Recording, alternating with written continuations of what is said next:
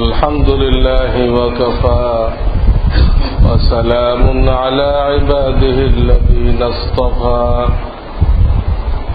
أما بعد فأعوذ بالله من الشيطان الرجيم بسم الله الرحمن الرحيم ومن تاب من بعد ظلمه وأصلح فإن الله يتوب عليه إن الله هو الغفور الرحيم. وقال رسول الله صلى الله عليه وسلم إن العبد إذا تاب واعترف تاب الله عليه أو كما قال رسول الله صلى الله عليه وسلم. बुजुर्गान मोहतरम, আল্লাহ রাব্বুল আলামিন দয়া করে আমাদেরকে এই মাহে রমজান দান করেছেন। আল্লাহর এই নিয়ামত এখনো আমাদের উপরে জারি আছে, এখনো জারি আছে। আমরা আশা করতেছি আরো 2 দিন এটা জারি থাকবে। 30 মাস দেওয়ার আশা করা হইতেছে, বাকিটা আল্লাহর হাতে। 30 মাস গেলে শনিবার রবিবার এই নিয়ামত আরো 2 দিন আমাদের জন্য আল্লাহ তাআলা জারি রেখেছেন। সোমবারে আশা করা হইতেছে ঈদুল ফিতর অনুষ্ঠিত হবে। আল্লাহ তাআলা বান্দাদের জন্য ক্ষমা ঘোষণা করবেন। ঈদের ময়দানে সমস্ত রোজাদারদের জন্য ক্ষমা ঘোষণা করবেন। ইরজিউ ক্বাদ গফারতু লাকুম ওয়া বাদদালতু সাইয়্যাতিকুম হাসানাত। তোমরা ঈদের নামাজ পড়ে ঘরে ফিরে যাও, আমি তোমাদের মাগফিরাত ঘোষণা করলাম, তোমাদেরকে মাফ করে দিলাম এবং তোমাদের যে ছোট ছোট গুনাহ যার উপরে তোমরা তওবা করেছো, যার উপরে তওবা করেছো, অথবা ওই সমস্ত ইবাদত যেগুলো সঠিকভাবে হয় নাই তোমাদের, ওটা এক ধরনের সাইয়্যাত। আল্লাহ যেভাবে করতে বলেছেন সেভাবে করো নাই, যে কারণে তোমরা সওয়াবের উপযুক্ত না। আমি রব্বুল আলামিন ওইগুলোর উপরও তোমাদেরকে সওয়াব দান করলাম, এই ঘোষণা করবেন ঈদুল ফিতরের ময়দানে রোজাদারদের জন্য, সব মানুষের জন্য না। তো যেহেতু এই 2-3 দিন আমাদের হাতে আছে, এই মোবারক মাস, আর এক রমজান আমরা কে কে পাবো কারোর জানা নেই। আর একটা রমজান তো আসতে থাকবে কিয়ামত পর্যন্ত, কিন্তু আপনি আমি পাবো তার কোনো গ্যারান্টি নেই। তো ঠিক আছে, এই রমজানে বেশি কান্নাকাটি করলাম না, সামনে বছর করব। এটা হলো শয়তানের হাতিয়ার। শয়তান এই সবক দিয়ে সবাইকে গাফেল রাখে। ঠিক আছে, সামনে বছর আবার যখন সামনে বছর আসবে ওই একই তার হাতিয়ার, ওটা আবার ব্যবহার করবে। এইরকম করে করে একটা মানুষকে খালি হাতে বিদায় দেওয়া, এটা হল শয়তানের অঙ্গীকার। শয়তান যখন জান্নাত থেকে বহিষ্কৃত হলো, এটাই বলে আসছে। প্রথম তো সে কিয়ামত পর্যন্ত হায়াত চাই নিল, আল্লাহ তাআলা মঞ্জুর করলেন কিয়ামত পর্যন্ত হায়াত। তখন সে এই কথা বলল যে আপনার বান্দাদেরকে কিভাবে দোজখে পাঠাইতে হয় এর জন্য যত রকম ব্যবস্থা হইতে পারে আমি এর সবগুলো গ্রহণ করব। তো বলে আস আল্লাহ জবাবে বলে দিয়েছেন, ইন্না ইবাদি লাইসা লাকা আলাইহিম সুলতান। যারা আমার বান্দা হয়ে থাকবে, আমার অনুগত হয়ে থাকবে, আমার দরবারে কান্নাকাটি করবে, তাদের তুমি কোনো ক্ষতি করতে পারবে না। হয়তো গুনাহ করতে পারবা, কিন্তু সে কান্নাকাটি করে ওই গুনাহ থেকে পাক সাফ হয়ে যাবে, পাক পবিত্র হয়ে যাবে, সে ফ্রেশ অবস্থায় আমার কাছে চলে আসবে।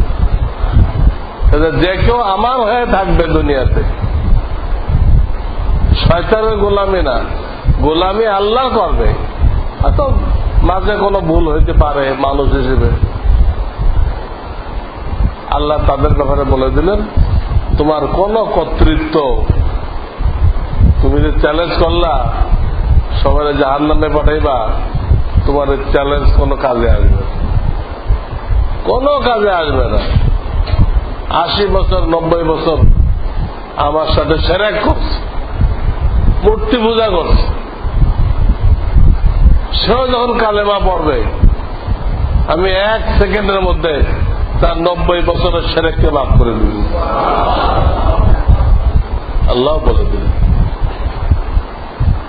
এখান থেকে শয়তান তার লাইনের চেষ্টা করে যেতেছে।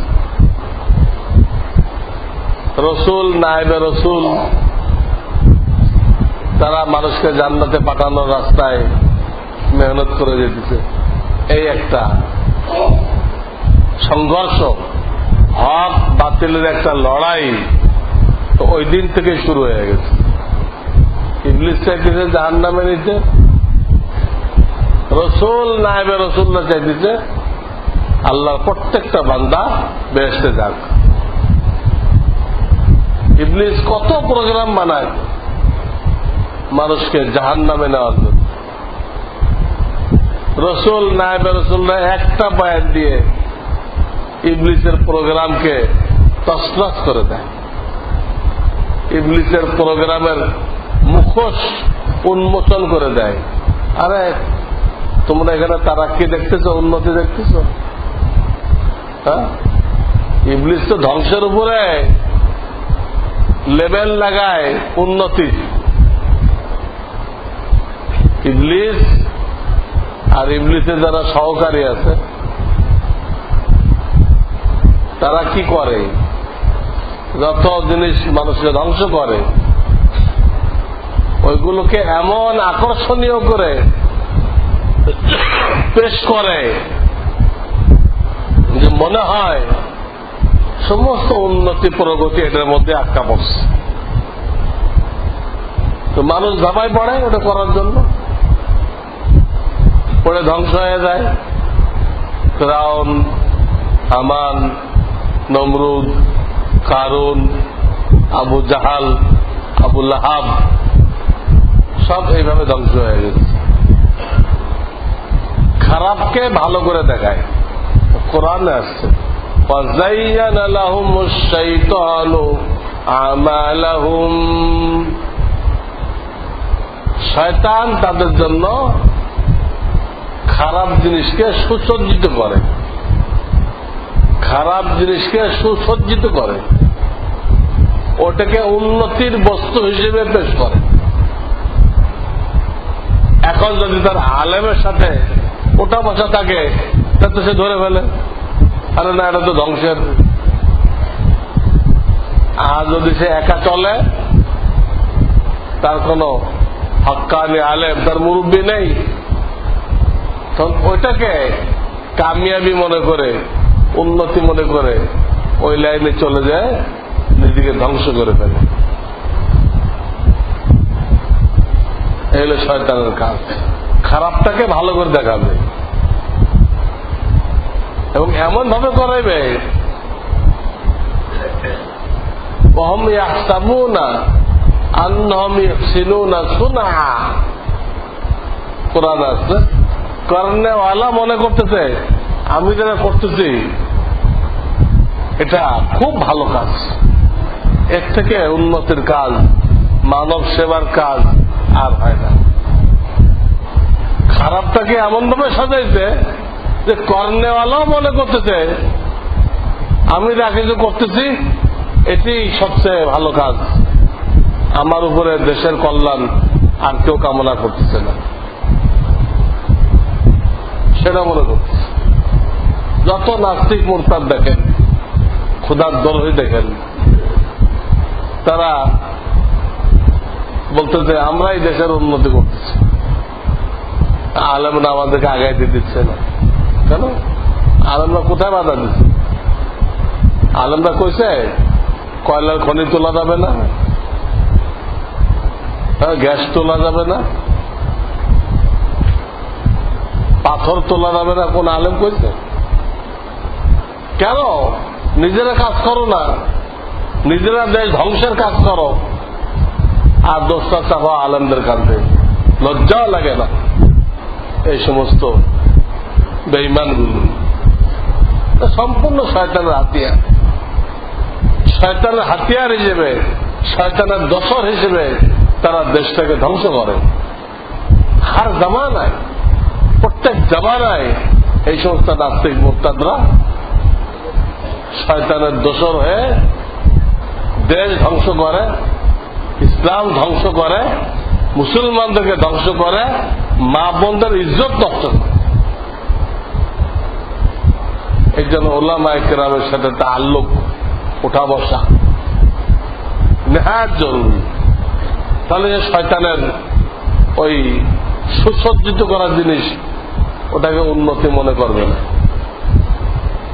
দাজ্জাল যখন আসবে সে তো জান্নাতও পেশ করবে, জাহান্নামও পেশ করবে।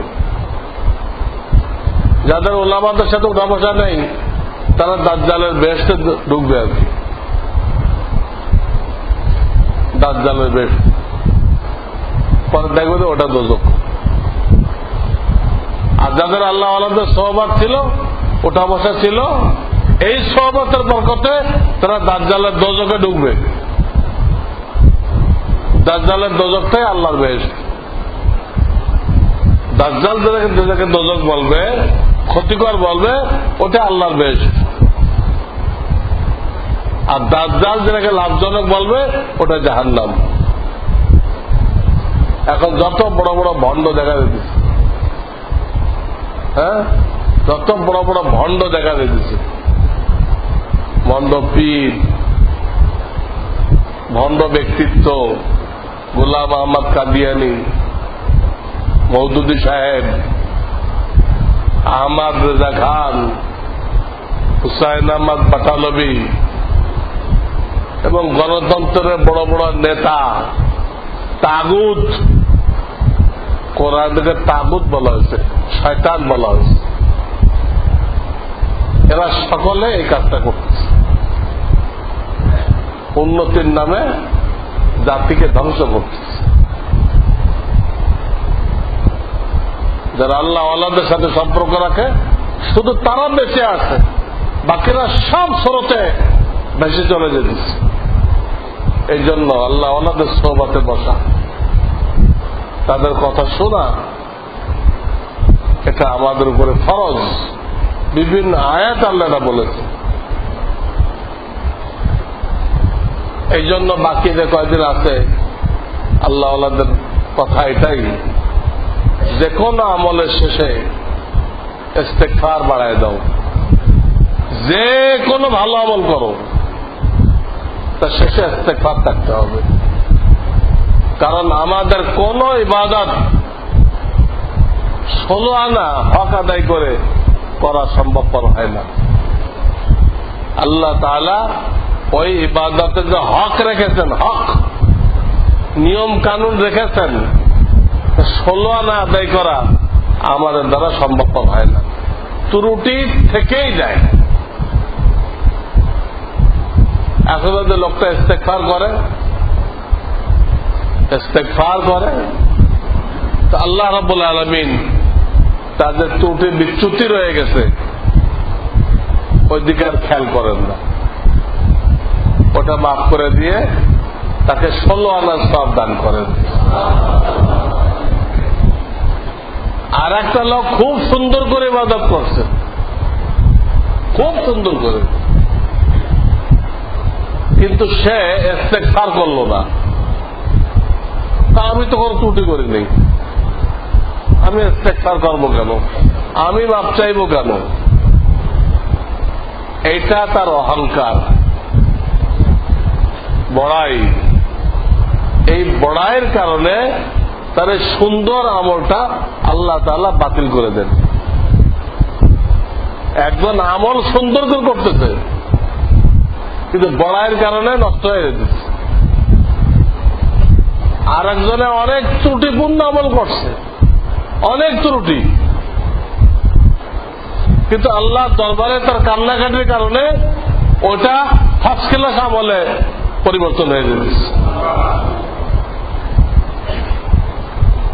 এই জন্য মেইন জিনিস হল আমল সাধ্য অনুযায়ী করা, কিন্তু যত ভালো করে করি না কেন মনে করতে হবে এটা আল্লাহর দরবারের শান অনুযায়ী হয় নাই, আল্লাহর দরবারের মান অনুযায়ী হয় নাই। আল্লাহ আমাদের কাছে নিখুঁত রোজা চাইছিলেন, নিখুঁত রোজা, যে রোজার মধ্যে কোনো গোনা নেই। ফাইন্নাহু লি, আল্লাহ রোজা আমার জন্য।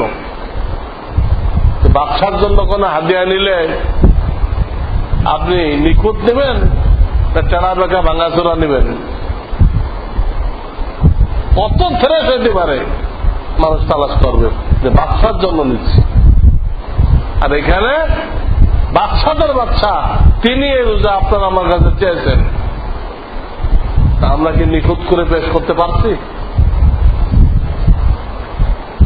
এই জন্য আমাদের ইস্তেগফার করতে হবে, আল্লাহর কাছে খুব ইস্তেগফার করতে হবে। হাদিসের মধ্যে আসছে হাশরের ময়দানে ওই ব্যক্তি সবচেয়ে বেশি ভাগ্যবান হবে যার আমল নামার ভিতরে ইস্তেগফার বেশি পাওয়া যাবে। শুধু আস্তাগফিরুল্লাহ, এটা ইস্তেগফার। শুধু আস্তাগফিরুল্লাহ, অনেকে আস্তাগফিরুল্লাহ কয়, এটা কোনো অর্থ নেই, বেকার। আস্তাগফিরুল্লাহ। আর যদি কেউ হাদিসটা পড়তে চায় আরো ভালো, আমার সাথে বলেন আস্তাগফিরুল্লাহ আল্লাযী লা ইলাহা ইল্লা হুয়াল হাইয়ুল কাইয়্যুম ওয়া আতুবু ইলাইহি। এটা হাদিস আছে। আমরা অন্য ইস্তেগফার যে পড়ি এগুলো হাদিসে আসে নাই, কেউ লিখছে, এটা হাদিসে আসছে, এটা আমরা শিখে নেব। এটা সকাল সন্ধ্যায় যদি কেউ 3 বার করে পড়ে, 3 বার, আল্লাহ রাব্বুল আলামিন তার গোনা যদি সমুদ্রের ফেনা সমতুল্য হয় ওটা আল্লাহ মাফ করে দেন। আস্তাগফিরুল্লাহ আল্লাযী লা ইলাহা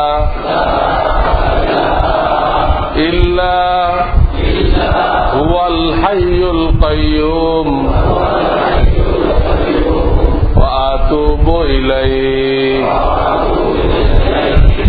আস্তাগফিরুল্লাহাল্লাযী লা ইলাহা ইল্লা হুয়াল হাইয়ুল কাইয়্যুম ওয়া আতুবু ইলাইহি। আমরা রমজানের যতটুকু সময় রয়েছে এর মধ্যে এখন অন্য ইবাদতের তুলনায় ইস্তেগফারটা বাড়াই দেয়। অন্যগুলো বন্ধ করার দরকার নেই। তেলাওয়াত করতে হবে, কালেমা পড়তে হবে, জান্নাত চাইতে হবে, জাহান্নাম থেকে মুক্তি চাইতে হবে, ওগুলো জারি থাকবে, ওগুলো জারি থাকবে। ওগুলো একসাথে কিভাবে বলতে হয় তা আপনাদেরকে বলা হয়েছিল। একসাথে এইভাবে বলতে হবে, লা ইলাহা ইল্লাল্লাহ আস্তাগফিরুল্লাহ আল্লাহুম্মা ইন্না নাসআলুকাল জান্নাহ ওয়া নাউযু বিকা মিনান নার। চারটা আমল একসাথে হয়ে গেল, কালেমা হয়ে গেল, ইস্তেগফার হয়ে গেল, জান্নাত চাওয়া হয়ে গেল, জাহান্নাম থেকে মুক্তি চাওয়া হয়ে গেল। ওটা থাকবে, কিন্তু এই শেষের মুহূর্তে যাতে আল্লাহ আমাদের ইবাদতকে কবুল করে নেন। আমাদের নবীজি সাল্লাল্লাহু আলাইহি সাল্লাম এক রাওয়ায়াতে আসছে প্রত্যেক দিন 70 বার ইস্তেগফার করতেন, অথচ ওরা কোনো গুনাহ ছিল না, তিনি গুনাহ করেন নাই। আর এক রাওয়ায়াতে আসছে প্রতিদিন 100 বার ইস্তেগফার করতেন, 100 বার। এই যে মাখলুককে দাওয়াত দিতেন, মাখলুককে, প্রত্যেকটা মুসলমান কিন্তু দাওয়াত দেনেওয়ালা। সে টাকরাইলে তবলিগ করুক বা না করুক, প্রত্যেকটা মুসলমান দায়ী। নামাজ ছাড়া মুসলমান হয় না, দাওয়াত ছাড়া মুসলমান হয় না। প্রত্যেকটা মুসলমান দিনের দায়ী, তাকে অন্যকে দাওয়াত দিতে হবে, যেহেতু আর কোনো নবী আসবে না। প্রত্যেকটা মুসলমান দায়ী। তো দাওয়াত দিতে গেলে মানুষের দিকে তার খেয়াল করতে হয়, নজর রাখতে হয়। নবীজিও দাওয়াত দিতেন, তার কিছু খেয়াল করতে হতো মখলুকের দিকে। এতে দিলের মধ্যে একটা তিনি ধোঁয়ার মতো একটা জিনিস অনুভব করতেন। ওইটাকে দূর করার জন্য তিনি ইস্তেগফার করতেন, এবং এর দ্বারা ওনার দরজা আরো বুলন্দ হইত। তো সব মুসলমান তো দায়ী, সর্বক্ষণ তো সে আল্লাহর জিকিরে থাকতে পারবে না, ইজাজত নেই যে আপনি 24 ঘন্টা আল্লাহর জিকিরে থাকবেন, আপনাকে এই অনুমতি দেওয়া হয়নি। তো বাকি ইবাদত কে করবে? জিকিরটাই কি একমাত্র ইবাদত? জায়েজ নেই। তো দাওয়াত দিতে হবে। আমাদের দিলেও কিছু খারাপ তাসির আসবে। খারাপ লোকের দাওয়াত দিতে গেলে সে তো ভালো হবে ইনশাআল্লাহ, কিসমতে হেদায়েত থাকবে, কিন্তু আমার দিলে কিছু খারাপ আসর পড়বে। ওইটা দূর করার জন্য ইস্তেগফার করা জরুরি। যদি না করে তাহলে এর দিনদারি কমতে থাকবে, এর দায়ের দিনদারি কমতে থাকবে। এই জন্য আমার পীর ও মুর্শিদ হযরত মাওলানা শাহ আবরারুল হক রহমাতুল্লাহ আলাইহি উনি উদাহরণ দিতেন যে একটা পানি 20 ডিগ্রি গরম আর একটা পানি 80 ডিগ্রি গরম, এই দুই পানিকে আর এক পাত্রে আপনি মিলাইছেন, তো 20 ডিগ্রি ওয়ালাটা এখন হিট বেড়ে যাবে 80-র সোহবত আসার কারণে। কিন্তু ওকে ফয়েজ দিতে দেয় 80 ওয়ালারা আবার কি হয়ে যাবে, কিছু কমে যাবে। এটা উদ্ধার করতে হলে তাকে আবার কিছু হিট দিতে হবে। এর কিন্তু 80 নেই, এই জন্য নবীজি এই তরিকা শিখাই গেছেন প্রত্যেকটা মুসলমান দায়ী, তোমার দাওয়াত দিতে দেয়, তোমার কিছু হিট কমবে, এইটা ইস্তেগফারের দ্বারা তোমাকে ঠিক করতে হবে। আল্লাহ না করো, শুধু যদি দাওয়াত দেওয়ার মানুষকে বুঝাও আর তুমি ইস্তেগফার না করো, জিকির না করো, কান্নাকাটি না করো, তো তোমার হিট কমতে কমতে তুমি জিরোতে চলে আসবে। জিরোতে চলে এলে তখন তোমার দ্বারা এক ধারতে অঘটন ঘটতে থাকবে, অঘটন ঘটতে থাকবে, গুনাহ প্রকাশ পাইতে থাকবে। অনেক বড় বড় ব্যক্তি 70 বছর দিনের খেদমত করে আসছে, এখন দেখা গেল মরার আগে সব উল্টাপাল্টা করতেছে।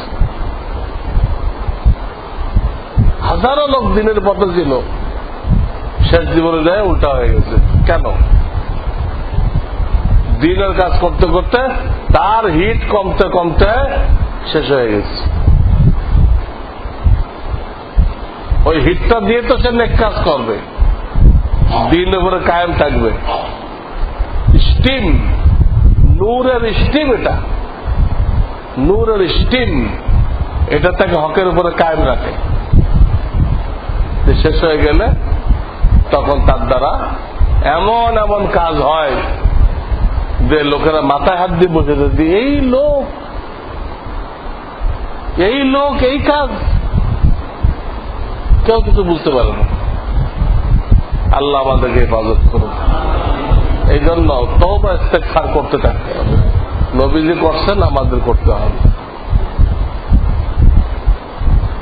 একজন সরকারি অফিসার, বড় কর্মকর্তা, উনি থানভী রহমতুল্লাহ হাতে বায়াত হইলেন। বায়াত হয়ে ওনার জিন্দেগিকে সুন্দর করলেন। তো লম্বা কিস্সা। এক পর্যায়ে আসলো, হুজুর আমি তো অফিসার থাকা অবস্থায় অনেক ঘুষ নিচ্ছি, তা কি হবে? সেই ঘুষ দিয়েই বাড়ি করছি, বেতনের টাকায় তো আর বাড়ি হয় না, খাবে কি? হাকিমুল উম্মত বললেন, আগে লিস্ট বানাও। ওই জমানার লোকজনও কম ছিল, কার কার কাছ থেকে ঘুষ নিছ লিস্ট বানাও। মানে প্রথম কিস্তিতে তোমার যে পরিমাণ টাকা হাতে আছে এই পরিমাণ লোক নির্বাচন করো, করে তাদের টাকা ফেরত দাও। তাদের টাকা ফেরত দাও, যারা না পাওয়া যায় তারটা তাকে সব পৌঁছানোর নিয়েতে দান করো। এই অফিসার এসব লোকের বাড়িতে গেল, যে তাদের ঘুষের টাকা ফেরত দিল। কিতাবে লিখছে অধিকাংশ লোকেরা ন্যায় নেই,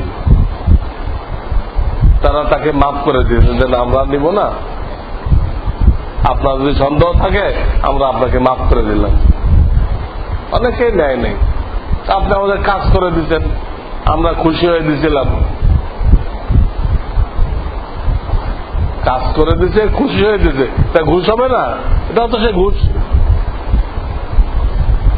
এইভাবে উনি কয়েকবারে সমস্ত মানুষের হয় টাকা ফেরত দিলেন, অথবা সে স্বতঃস্ফূর্ত ওনাকে মাফ করে দিল। এই হারাম টাকা যখন বের হয়ে গেছে তার থেকে, তখন তার ভিতরে হজের আগ্রহ পয়দা হল। এতদিন সে ধনী মানুষ, কিন্তু গাড়ি বাড়ির মালিকের ধনী না, কোন সময় হজের কথা চিন্তাও করেনি, হজের কথা মাথায় আসেনি। যেই হারাম টাকাগুলো বের হয়ে গেছে পীরের পরামর্শ অনুযায়ী, ওনার ভিতরেই হজের তলব সৃষ্টি হয়েছে, হজে যাওয়ার জন্য পাগল হয়ে গেছে।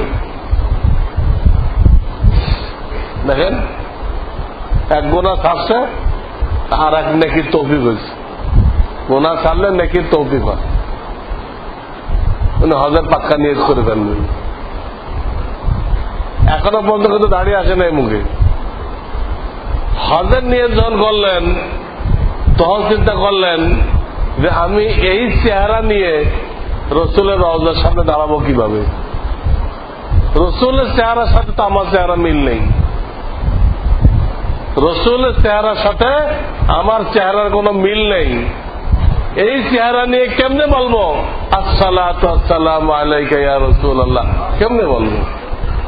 বাস, যে হজের নিয়ত করলো সে আর মুখে দাড়িতে আর হাত দিল না।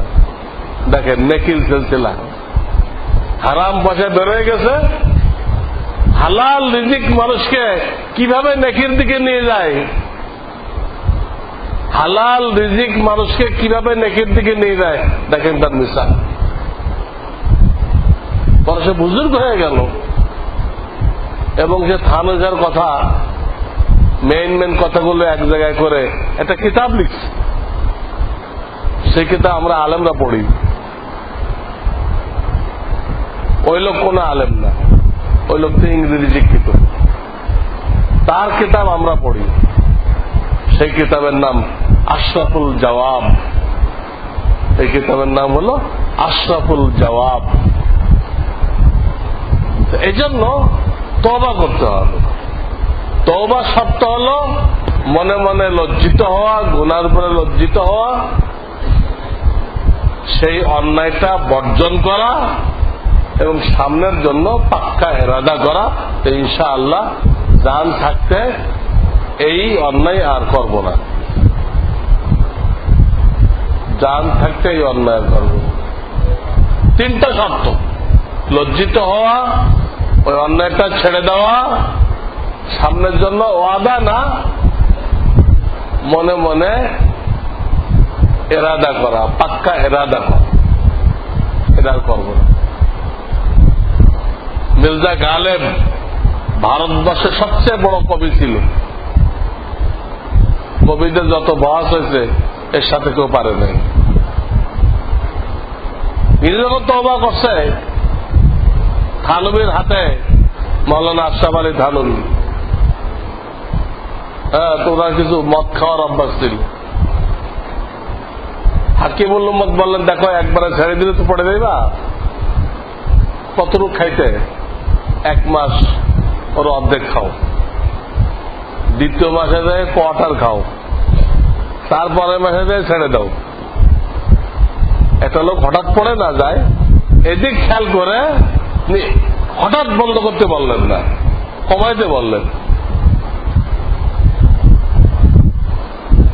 কিন্তু ওনার ভিতরে এমন ইমানি জোশ পয়দা হয়ে গেছিল, উনি বললেন, হুজুর আমি আর মোটো খাইতে চাই না, বিছানায় পড়ে গেলে পড়বো, বিছানায় পড়ে গেলে পড়বো, কিন্তু আমি এই জিনিস আর খাইতে চাই না। বললেন, ঠিক আছে, তোমার যদি হিম্মত থাকে তো করো, আমি তো তোমার দুর্বলতার দিকে লক্ষ্য করে এটা বলছি। ছেড়ে দিলেন, বিছানায় পড়ে গেল, বিছানায় পড়ে গেল। ডাক্তাররা এসে ওনার পায়ে পড়লো, হুজুর একটু একটু খান, পর আস্তে আস্তে ছেড়েন, আপনি মারা গেলে ভারতবর্ষের বহুত ক্ষতি হয়ে যাবে। উনি জিজ্ঞেস করলেন, খাইলে আমি কতদিন বাঁচবো? আরো কয়েক বছর তো বাঁচবেন, তো তারপর তো মরতে হবে। তো মরতেই যখন হবে, তো আমি মদ খেয়ে বাঁচতে চাই না। মদ না খেয়ে যদি আল্লাহ আমার রাখে তো থাকবো আল্লাহ আল্লাহ করার জন্য, আর মদ না খেলে যদি মরে যেতে হয় তাহলে আমি এখন মরতে রাজি আছি। মদ খেয়ে হারামের সাথে আমি বেঁচে থাকতে রাজি নেই। এইভাবে মির্জা গালেব, গালেব না, হলো জিগার মুরাদাবাদী, এই জিগার মুরাদাবাদী উনি হাকিমুল উম্মত থানবীর হাতে এইভাবে তওবা করলেন। এই তওবার শর্তগুলো আমরা মনে করে রাখি। তওবার আর একটা কথা আছে, যেসব গুনার কাফারা আছে ওই কাফারা গুলো আদায় করতে হবে। খালি ওই 3টা করলে হবে না, যে লজ্জিত হইলাম, ওটা ছেড়ে দিলাম, ভবিষ্যতে না করার ইচ্ছা করলাম, ওই 3টা দ্বারা হবে না। যেগুলো নাকি কাফারা আছে তবে কাফারা শুরু করতে হবে। নামাজ পড়ে নাই, উমরি কাটা শুরু করতে হবে। রোজা রাখে নাই, উমরি রোজা শুরু করতে হবে।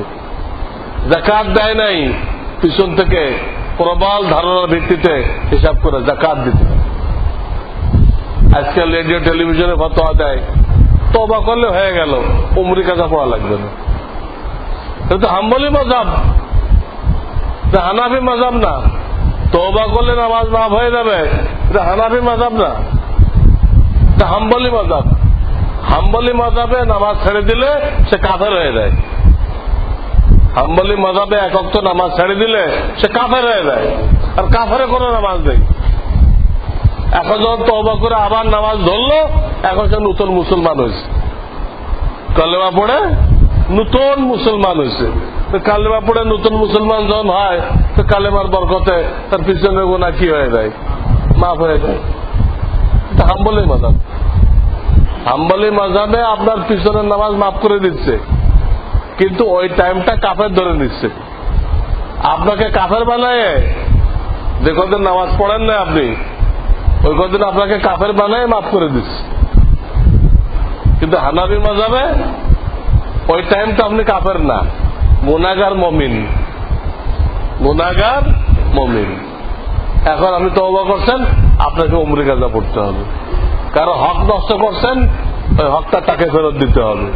সে নেই, তার ছেলে পেলেদেরকে দিতে হবে। তারাও কেউ নেই, পাওয়া গেল না, তাহলে তাকে সব পৌঁছানোর নিয়েতে এটা দান করে দিতে হবে। এই হলো তওবার নিয়ম।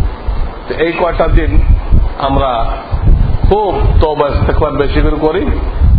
আর যেহেতু ঈদ আসতেছে, ঈদের প্রস্তুতি নেই। ঈদের রাত্রের ইবাদত অনেক দামি ইবাদত। ঈদের রাত্রের ইবাদত খুব দামি, খুব ফজিলত, এটা করি। ঈদের দিন একটু ভোরে উঠতে হয়, বেশি ভোরে উঠতে হয়, এটা একটা সুন্নত। উঠি, উঠে ফজর নামাজ পড়ে, ফজরের নামাজ পড়ে তারপরে সুন্দর করে মেসওয়াক করে, দাড়ি মোছ ঠিক করে, দাড়ি মোছ ঠিক করে, এগুলো হাজামাত ঠিক করে গোসল করি। গোসল করে আসে উত্তম লিবাস, নতুন লিবাসের কোনো হাদিস নেই। ঈদে নতুন পড়তে হবে, সব ফার্নিচার বদলায় নতুন করতে হবে, এই পাগলামি কোনো হাদিসে নেই। সব কালার মিলাইতে হবে। আজকে তো বই বেরোইছে, আপনার আলমারি কোন কালারের হবে, পর্দা কোন কালারের হবে, কালার সেট করছে। এর উপরে মানুষটা মাথা ব্যয় করছে। আল্লাহর দুনিয়ার অপদার্থ দেখেন, আল্লাহর জমিনের অপদার্থ পুরা ঘরের সামানের কালার মিল করছে। এটা কোনো কাজ? কত বড় বেহুদা! তো নতুন কোনো শর্ত নেই, আপনার যে কয় সেট আছে এর মধ্যে যেটা ভালো, রেশমি চলবে না, স্বর্ণ চলবে না, হারাম, এই ভালো লিবাস পরেন। পরে আতর ইস্তেমাল করেন, আতর। সেন্ট না করা ভালো, ব্যবহার না করা ভালো। ব্যবহার করে আতর ব্যবহার করেন, করে যদি সৎকার ফেতের রমজান না দিয়ে থাকেন, তো ঘরের থেকে রওনা হওয়ার আগে সৎকার ফেতের দিয়ে, এখনো দিলে মুস্তাহাব হবে, কিন্তু ঈদের পরে দিলে দেওয়া তো লাগবেই, মুস্তাহাব থাকবে না। আপনি পাবেন না, ডিগ্রি পাবেন না, ডিভিশন পাবেন না। সৎকার ফেতের আদায় করে যাদের মাঠ আছে তারা মাঠে চলে যান। যে এলাকায় মাঠের ব্যবস্থা নেই তারা আর কি করবেন? তারা অপারগ হয়ে মসজিদে আসেন, ঈদের নামাজ পড়েন। এখানে একটা কথা বলে রাখি, ঈদের দিন ঈদের নামাজের আগে ঘরে ইশরাক পড়া নিষেধ, গুনাহ। ঘরে ঈদের ময়দানে দেয় বা মসজিদে দিয়ে পড়লেন ঈদের আগে, এটাও গুনাহ। ঈদের নামাজ হয়ে গেছে, আপনি এখনো ঈদগাহতে আছেন, এই সময় ইশরাক পড়লেন, এটাও গুনাহ। তিনটা হলো গুনাহ। 4 নম্বর, আপনি বাড়ি ফিরে আসছেন, ঈদের নামাজ শেষ করে বাড়ি ফিরে আসছেন, এখন আপনি ইশরাক পড়তে পারেন, এটা সওয়াব। একই নামাজ 3 টাইমে হয়েছে গুনাহ, একই নামাজ 3 টাইমে হয়েছে গুনাহ, আবার আর এক টাইমে হয়েছে সব। এখন রোজা রাখছেন সব, ঈদের দিন রাখেন গুনায় কবিরা, গুনায় কবিরা। নামাজ পড়তেছেন সওয়াব, বেলা ওঠার সময় পড়েন গুনায় কবিরা। একই জিনিস, আল্লাহর হুকুম মতো হইলে সওয়াব, আল্লাহর হুকুমের বাইরে চলে গেলে ওই ইবাদতটাই গুনাহ। আল্লাহ আমাদেরকে বুঝার আমল করার তৌফিক দান করেন। ওয়া আখিরু দাওয়ানা আনিল হামদুলিল্লাহি রাব্বিল আলামিন।